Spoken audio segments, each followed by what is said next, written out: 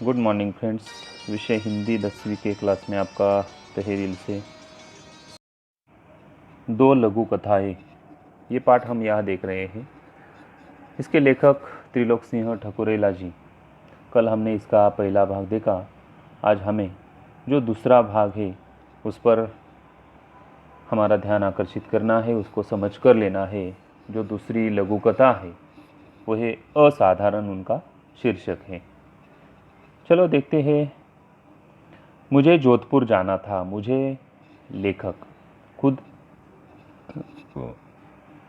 बस आने में देरी थी, अतः बस स्टॉप पर बस के इंतज़ार में मैं बैठा था।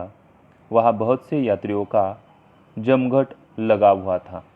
यानी कि लेखक वहाँ किसी जोधपुर जाने के लिए बस स्टॉप पर वहाँ किसी बस का इंतज़ार कर रहे हैं, और उसी का भाग यहाँ इस कहानी में, छोटी सी कहानी में यहाँ शुरू किया है। और जोधपुर शहर का यहाँ नाम आया है, तो वो भी हमें ध्यान में लेना है। सभी बातों में मशगूल थे, अतः अच्छा खासा शोर हो रहा था। अभी देखे, किसी भी बस स्टॉप पर जाए तो वहाँ वैसे किसी न किसी का आवाज़ आता ही रहता है, तो बड़ा सा शोर वहाँ हो रहा था। वैसा भी शोर वहाँ, उसका वर्णन लेखक ने यहाँ किया है। अचानक एक आवाज़ ने मेरा ध्यान अपनी ओर आकर आकृष्ट किया। यानी कि किसी अलग सा आवाज़ आया तो हमारा भी ध्यान बस स्टॉप पर खड़े हुए रहते हैं तो आकृष्ट हो जाता है, यानी आकर्षित हो जाता है। वैसा लेखक का हुआ है। एक 10 वर्षीय लड़का फटा सा बैग लटकाए निवेदन कर रहा था। यानी कि बस स्टॉप पर ऐसे बहुत से लड़के हमने भी देखे हैं, लेकिन लेखक के नज़रिए में जो लड़का है 10 वर्षीय, इनकी आयु भी ध्यान में रखनी है, उसे अंडरलाइन करके रखो। उनके गले में फटा सा बैग लटकाए निवेदन कर रहा है। क्या कर रहा है तो देखिए, बाबूजी पॉलिश करा लो। यानी कि उसके मुंह से जो शब्द आए वो देखो, बाबूजी पॉलिश करा लो। आपको सवाल पूछा जा सकता है कि बस स्टॉप पर खड़े लेखक के नज़रिए में जो लड़का आया था वो क्या काम करता था, तो वो बूट पॉलिश का काम करता था।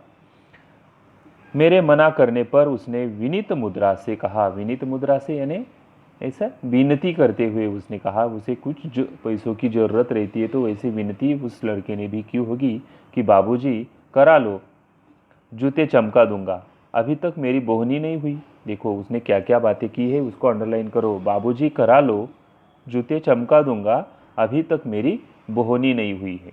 बोहनी यानी क्या? देखो, कौन से भी धंधे में बोहनी का मतलब ऐसा होता है कि धंधे की शुरुआत किसी पहले कस्टमर से हो जाए और उससे जो पैसे मिलते हैं उसे बोहनी कहते हैं। तो बोहनी का अर्थ आपके समझ में आया होगा, उसे अंडरलाइन करो। मैं घर से जूते पॉलिश करके आया था। लेखक खुद अपने जूते पॉलिश करके घर से निकला था। अतः मैंने उसे स्पष्ट मना कर दिया, और लेखक ने उसे मना कर दिया था। वह दूसरे यात्री के पास जाकर विनय करने लगे। विनय यानी विनती करने लगे। मैं उसी ओर देखने लगा। लेखक उसी लड़की की ओर देख रहा था। वह रह रहकर यात्रियों से अनुनय विनय कर रहा था। अनुनय विनय, अनुनय का अर्थ ही विनय, यानी विनती का अर्थ ही विनय हो सकता है। हम उसे खुशामद भी कह सकते हैं। बाबूजी पॉलिश करा लो, जूते चमका दूंगा, अभी तक मेरी बोहनी नहीं हुई है। यानी कि फिर वापस वही बातें वो हर एक कस्टमर से करता था। मेरे पास ही एक सज्जन बैठे थे। यानी इस लेखक जहाँ बैठे थे बस स्टॉप पर, उसी के पास कोई एक सज्जन वहाँ बैठा था। वे भी उस लड़के को बड़े गौर से देख रहे थे। कौन से लड़के को? जो बूट पॉलिश करने वाला था, उन्हीं को। शायद उन्हें उस पर दया आई। उन्होंने उसे पुकारा तो वह प्रसन्न होकर उनके पास आया और वहीं बैठ गया। शायद उन्हें उस पर दया आई। किसको? लेखक के पास बैठे हुए उसी आदमी को। उन्होंने उसे पुकारा तो वो प्रसन्न होकर उनके पास आया और वहीं बैठ गया। क्यों नीचे बैठा होगा? क्योंकि उन्हें लगा कि उसके जूते पॉलिश करवाने, इसलिए वो वहाँ बैठ गया। लेकिन बाबूजी उतारो जूते, उस बच्चे ने उसे कहा। उन्होंने कहा, भाई पॉलिश नहीं करानी है, ले यह 5 रुपये रख ले। और उसने बिना बूट पॉलिश किए हुए से उसके आगे 5 रुपये उन्हें देने का प्रयास किया है। तो वो लड़का क्या बोलता है देखो, क्यों बाबूजी? उसने बड़े भोलेपन से कहा। वे सज्जन बड़े प्यार से बोले, रख ले, तेरी बोनी नहीं हुई है इसलिए। देखो, उस लड़के को बूट पॉलिश करने वाले लड़के को ऐसे ही 5 रुपये दिए तो वो बोल रहा है कि रख ले, तेरी बोहनी नहीं हुई है इसलिए। तो लड़का क्या बोलता है? देखो, लड़का झटके से खड़ा हुआ, झटके से यानी उसे गुस्सा आया होगा। बाबूजी, भिखारी नहीं हूँ, मेहनत करके खाना चाहता हूँ, बिना पॉलिश किए रुपए क्यों लूँ? यह कहते हुए वह आगे बढ़ गया। देखो, लड़के में जो स्वाभिमान है, उस स्वाभिमान को हमें यहाँ देखना है। लड़का झटके से तो खड़ा हुआ, लेकिन उसके मुंह से निकली हुई बातें देखो। बाबूजी, भिखारी नहीं हूँ, मेहनत करके खाना चाहता हूँ, बिना पॉलिश किए रुपए क्यों लूँ?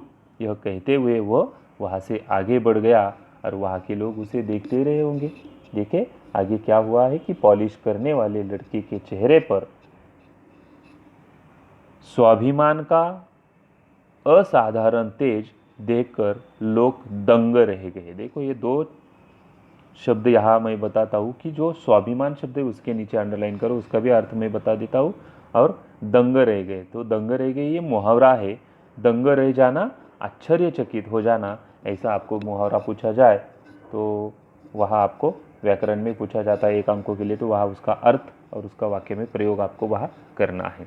देखो, स्वाभिमान, तो स्वाभिमान के लिए हमें यहाँ क्या समझ कर लेना है? तो स्वाभिमान शब्द हमें यही बताता है कि कोई भी लड़का हो तो वो खुद की मेहनत से कमाना चाहता है, भिखारी बनना नहीं चाहता।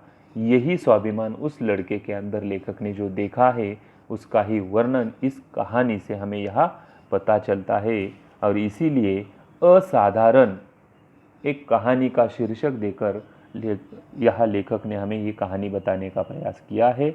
और ये दोनों कहानियाँ लेखक के समसामयिक हिंदी लघु कथाओं से ली हुई थी, ये भी हमें यहाँ से पता चलता है।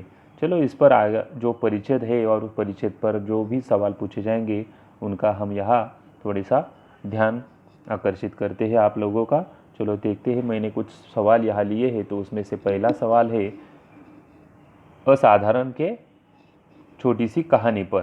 कल हमने जो मौन कहानी देखी उस पर कुछ सवाल देखे, लेकिन आज भी यहाँ कुछ सवाल है तो उसकी तरफ हमें ध्यान देना है। देखो, सवाल ऐसा पूछा जाता है कि निम्नलिखित परिच्छेद पढ़कर सूचना के अनुसार कृतियाँ कीजिए। पहला सवाल जो संजाल का है, आकृति का है, तो वो है बस स्टॉप का वातावरण।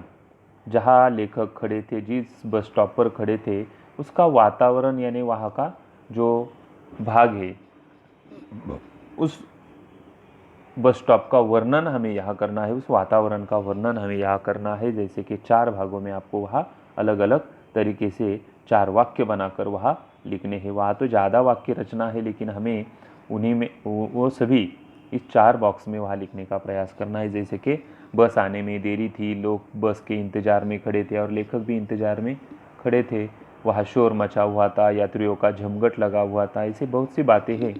सभी बातों में, एक दूसरे की बातों में लोग व्यस्त थे, मशगूल थे, अच्छा खासा सा शोर हो रहा था। ऐसे बहुत सी वाक्य रचना है, लेकिन सभी को आपको 4 भागों में बांटकर वहाँ लिखना है, तभी आपको 2 अंक वहाँ मिल सकते हैं। ऐसा बस स्टॉप का वातावरण का वर्णन हम यहाँ लिख सकते हैं। समझ में आया होगा ना? उसी में से जो वहाँ के बस स्टॉप का वातावरण का वर्णन हमें यहाँ लिखना है, तो वहाँ क्या क्या बातें बताई गई है, वो सब कुछ बातें उस 4 बॉक्स में आपको लिखनी है। दूसरा सवाल हमें यहाँ देखना है। देखो, वो भी मैंने संजाल का ही तैयार किया है।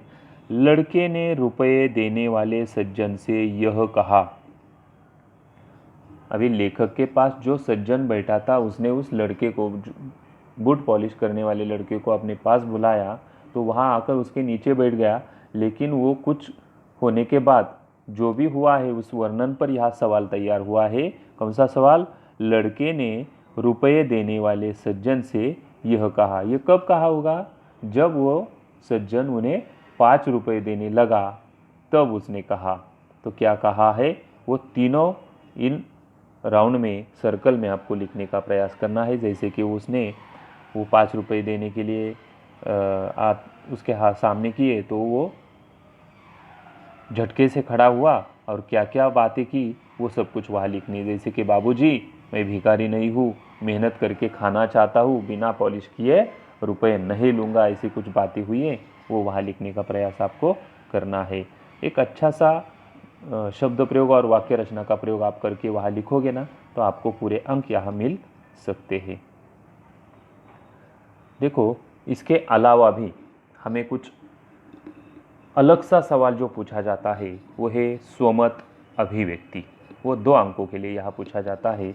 मैंने 2 कहानियों पर जो 2 लघु कथाएं हैं, एक कहानी पर एक स्वमत और दूसरी कहानी पर एक स्वमत, ऐसे 2 सवाल मैंने यहाँ लिए हैं और उस पर आधारित हमें ये भाग देखना है। देखिए स्वमत अभिव्यक्ति में पहला जो भाग है करनी और कथनी में अंतर, इस पर अपने विचार आपको स्पष्ट करने हैं। मैंने जैसे कल आपको जो कहानी बताई करनी में और कथनी में, जैसे कि देखो मैंने एक उदाहरण दिया था, जो राजनीति में लोग होते हैं और भाषण करने के लिए आते हैं चुनाव के समय, जब वो अपने मुंह से जो भी कुछ बोलते हैं, जब चुनाव लड़कर जीत कर आते हैं तो कुछ करते हैं या नहीं करते, यही उदाहरण आप इस वाक्य रचना में भी लिखने का प्रयास कर सकते हैं। और कहानी में जो दिया है वही लिखना चाहिए, नहीं अपने मन से जो भी आपको कथनी और करनी का उदाहरण देकर लिखना आएगा वो आप वहाँ लिख सकते हैं। तो इसमें 10-15 पंक्तियों में आप अच्छे ढंग से लिखोगे तो आपको पूरे के पूरे 2 अंक यहाँ मिल सकते हैं। अपने मन से लिखना है, आप जैसे वाक्य रचना लिखोगे वैसे ही अंक आपको वहाँ दिए जाएंगे। तो 2 अंक मिलवाने तो अच्छा खासा सा वाक्य का एक ढांचा आपको वहाँ बनाना है। चलो दूसरा यहाँ दिया है परिश्रम और स्वाभिमान जिंदगी से बिताने में आनंद की प्राप्ति होती है, ऐसा यहाँ एक सवाल मैंने आपको दिया है। देखिए ये पाठ्य पुस्तक में भी आपको यही सवाल है, परिश्रम और स्वाभिमान। जैसे स्वाभिमान का अर्थ यहाँ हमें इस कहानी से देखने को मिला वैसा ही। तो परिश्रम यानी जो श्रम हम करते हैं, कष्ट करते हैं, उससे ही हमें जो पैसा मिलता है और उसी पर हम हमारी उपजीविका निभाते हैं तो हमें अच्छा सा लगता है। देखो आप खुद काम करके कुछ पैसा कमाओ और उससे कुछ खाने के लिए ले लो, कितना अच्छा लगता है हमें, हमारे मन को, तभी आपको पता चलेगा। लेकिन हम हमारे माँ बाप के जो कमाए हुए पैसों पर हम यहाँ अभी तक अपना जीना जीते हैं, तो इसे हमें पता नहीं चलता कि परिश्रम क्या होता है। लेकिन स्वाभिमान इसी कहानी में हमें यहाँ देखने को मिला है। उनका कुछ उदाहरण हो तो मैं आपको बता सकता हूँ कि जैसे कि व्यक्ति के जीवन में, यानी हर एक व्यक्ति के जीवन में ऐसी कुछ बातें होती रहती। हर एक की सफलता का जो मूल मंत्र है वो है श्रम, क्योंकि हमें सफल बनना है तो कष्ट लेना ही पड़ेगा। परिश्रम ही किसी व्यक्ति, परिवार, समाज अथवा राष्ट्र की प्रगति को सुनिश्चित कर सकती है। इसे वाक्य रचना आपको बनानी है। संसार में देखो कोई भी काम न करता तो छोटा होता है, न ही बड़ा होता है। जो काम करने वाला होता है वो कभी छोटा भी नहीं होता और कभी बड़ा भी नहीं होता। काम करने वाले हो तो अपने काम के लिए और अपने मेहनत के लिए ही करते हैं। कर्म के प्रति व्यक्ति की भावना ही उसे महान तथा क्षुद्र बना देती है। कर्म, आप जैसे काम करते हैं वैसे आपको पैसे मिलते हैं और जितना काम करोगे उतने ही पैसे आपको वहाँ मिलेंगे, उसे ही तो परिश्रम कहा जाता है। कभी कभी महान और क्षुद्र, जैसे कि ज़्यादा पैसे मिलते हैं तो हम अमीर बन जाते हैं और कम पैसे मिलते हैं तो क्षुद्र यानी गरीब बन जाते हैं, ऐसा भी हो सकता है। संसार में ऐसे अनेक उदाहरण आपको वहाँ देखने को मिलेंगे कि परिश्रमशीलता और सफलता, स्वाभिमान, ये सब कुछ हमारे ऊपर निर्भर करते हैं। व्यक्ति को स्वाभिमान के साथ जीना चाहिए। वो काम कोई भी करे, उसे स्वयं को ही नहीं समझना चाहिए कि स्वाभिमान के साथ परिश्रम करने का कोई भी विकल्प नहीं होता। इसलिए परिश्रम और स्वाभिमान ये दोनों साथ साथ होते हैं। जो परिश्रम करता है उसे ही स्वाभिमान होता है, लेकिन सभी स्वाभिमानी व्यक्ति परिश्रम करने वाले होते हैं ऐसा भी नहीं। ऐसे कुछ वाक्य रचना बनाकर आपको इसका भी एक ढांचा 10-15 पंक्तियों का बनाना है, तो भी आपको वो स्वमत और अभिव्यक्ति के 2 अंक मिल सकते हैं। अपने मन से लिखने का प्रयास करना है, बहुत ही अच्छे ढंग से आप वहाँ लिख सकते हैं। देखो परिश्रम करने वाले को स्वाभिमान होता ही है, ये तो हमें पता ही है, तो उनका उदाहरण देना है। करनी और कथनी में अंतर होता है, जैसे कि करनी यानी कथनी यानी बोलने वाले बोलते अलग और करते अलग है, ऐसा उसका उदाहरण देना है। ऐसे तरीके से आपको वहाँ लिखने का प्रयास करना है। आज के लिए बस इतना ही, और ये पाठ खत्म हुआ है, समाप्त हुआ है। आपको घर में फिर से एक बार वो दोनों लघु कथाएँ पढ़कर उसके नीचे जितने भी सवाल आपको लिखने आएंगे वो लिखने का प्रयास आपको घर बैठे करना है, बड़े अच्छे ढंग से करना है, क्योंकि इस पर आपको कोई भी एक हाथ परिच्छेद पूछा जाए तो उस पर आपको 7 अंकों के लिए सवाल पूछे जाएंगे, तो आपको वो लिखने आने ही चाहिए। आज के लिए बस इतना ही। धन्यवाद।